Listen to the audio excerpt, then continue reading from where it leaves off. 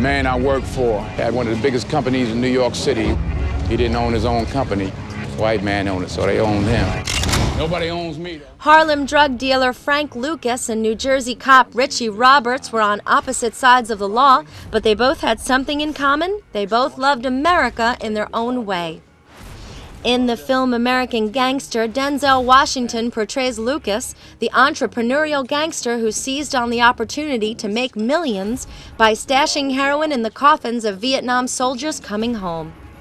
Denzel says in his own mind, Frank Lucas considered himself a patriot. I think he's a brilliant man who went off in the wrong direction, mastered that, and paid the price for it. He kept talking to me about America. He says, I'm an American and I believe in it, I'm very patriotic. And yet he was, responsible for destroying many Americans. He is a complex man. Russell Crowe plays Richie Roberts, a New Jersey detective who simultaneously put himself through law school at night to become a defense attorney, an extra added notch on his belt to put the bad guys away and bring down corruption for his country.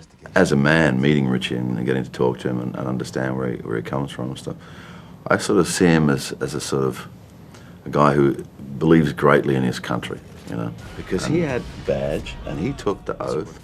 And he was there to protect and serve, and there's other guys who are, doing something else. And just over time, it really started to get on his, on his wick. And it became this thing where he saw that the greatest service that he could do at that time was, bring that corruption down. Both actors spent quality time with the men they were portraying. Russell met Richie often at his home in Nyack, New York, and Denzel returned to his old stomping grounds in Harlem to learn all he could about Frank. American Gangster is currently playing in theaters.